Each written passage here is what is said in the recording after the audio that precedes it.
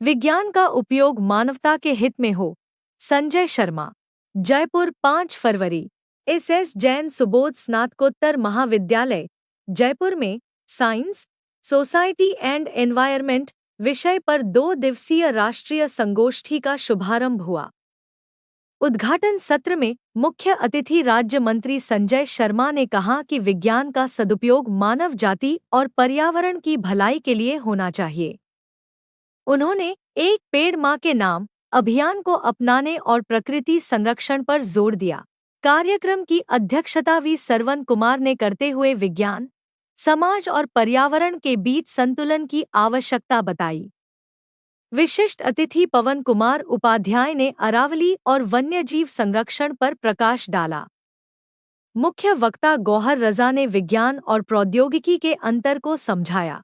संगोष्ठी की संयोजक डॉक्टर अनंत विजया सोनी ने बताया कि हाइब्रिड मोड में आयोजित इस संगोष्ठी में देश भर से 250 से अधिक शिक्षाविद व शोधार्थी भाग ले रहे हैं।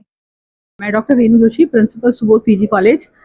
ये हमारे लिए बड़ा प्रसन्नता का विषय है कि हमारे महाविद्यालय में 2 दिवसीय संगोष्ठी का आयोजन किया जा रहा है, जिसका विषय है interface of science, society and climate, inclusive and sustainable development. इसका भी हमने आज इसका उद्घाटन हुआ है, जिसके अंदर माननीय पर्यावरण मंत्री श्री संजय शर्मा साहब पधारे, उसके मुख्य अतिथि थे।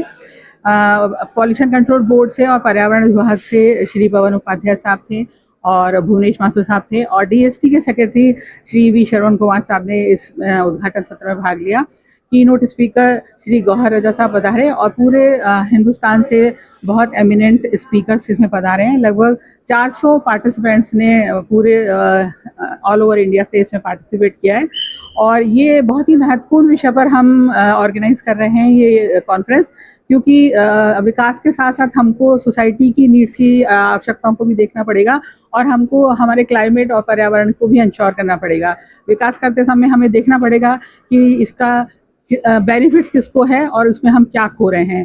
तो हमें इन दोनों के बीच में एक बहुत ही संतुलन बनाए रखने की आवश्यकता है। 2 दिन में 4 सत्रों का आयोजन होगा टेक्निकल सत्र में, जिसमें बहुत एक्सपर्ट्स रिसोर्स पर्सन उसमें पार्टिसिपेट करेंगे, और छात्रों के लिए पोस्टर कंपटीशन का भी आयोजन किया गया है, जिसके अंदर 50 से ज़्यादा प्रतिभागियों ने इसमें पार्टिसिपेट किया है। तो मुझे लगता है इन चारों टेक्निकल सेशन के बाद हम एक कोई पॉजिटिव सॉल्यूशन ढूंढ पाएंगे, जो कि अलाइंड होगा हमारे सस्टेनेबल डेवलपमेंट से और हमारे विकसित भारत से। मुझे इसीलिए मैं इस कॉन्फ्रेंस को बहुत बहुत बेस्ट विशेस देती हूँ कि कॉन्फ्रेंस हमारी बहुत सक्सेसफुल रहेगी, और इससे हम बहुत ही मीनिंगफुल आउटकम्स निकाल पाएंगे। Thank you. मैं doctor Renu Joshi, principal Subodh PG Mahavidyalaya Rambagh. Conference है, ये नेशनल कॉन्फ्रेंस है, ये ऑनलाइन हाइब्रिड मोड पे है, और ये कॉन्फ्रेंस जो है interface between science, society, environment towards inclusive and sustainable development के ऊपर है। 400 से अधिक पार्टिसिपेंट्स आए हुए हैं भारत के विभिन्न भागों से, और ये जुड़े हुए, ये फिजिकली भी है और ऑनलाइन मोड दोनों से है। ये जो कॉन्फ्रेंस है बेसिकली फोकस कर रहा है कि कैसे आप अपने इन्वायरमेंट को बचा सकते हैं, और जो भी एआई, आर्टिफिशियल इंटेलिजेंस है, जो भी टेक्नोलॉजिकल डेवलपमेंट है, जो भी डेवलपमेंट हो, it should be sustainable. The focus is on sustainable development and to protect the environment from different kinds of hindrances and problems. Ma'am, आपका introduction. Myself, Anant Vijay Soni, I am the conference convener. मैं ये कहना चाहूँगा कि हमारे institutions को, हमारे जो संस्थान हैं, ख़ास तौर से शिक्षा के संस्थान हैं, उनको लगातार ये सोचने की ज़रूरत है कि इस धरती का, मानवता का, हमारे देश का फ्यूचर क्या होने वाला है। और हमें लगता है कि ये फ्यूचर, ये भविष्य कई वजहों से खतरों में पड़ सकता है,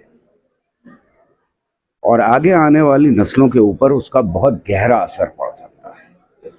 और इसलिए जो आज की कॉन्फ्रेंस है, यहाँ पर 2 दिन जो विचार विमर्श किया जाएगा, वो बहुत अहम है। अहम इसलिए भी है कि नई जनरेशन को अपने रास्ते नए तलाश करने होंगे, अपने को बचाने के लिए, अपनी और आगे आने वाली नस्लों को बचाने के लिए, और इस धरती पर जिंदगी बचाने के लिए। तो मैं समझता हूँ कि ये विचार विमर्श दुनिया के अलग अलग हिस्सों में हो रहा है, और अगर हम उसमें अपने विचारों को साथ में मिला करके आगे बढ़े मानवता के साथ, तो वो एक बहुत बड़ा कंट्रीब्यूशन होगा। सर आपका इंट्रोडक्शन। मेरा नाम गौहर रजा है, मैं चीफ साइंटिस्ट CSIR था, वहाँ से रिटायर हुआ।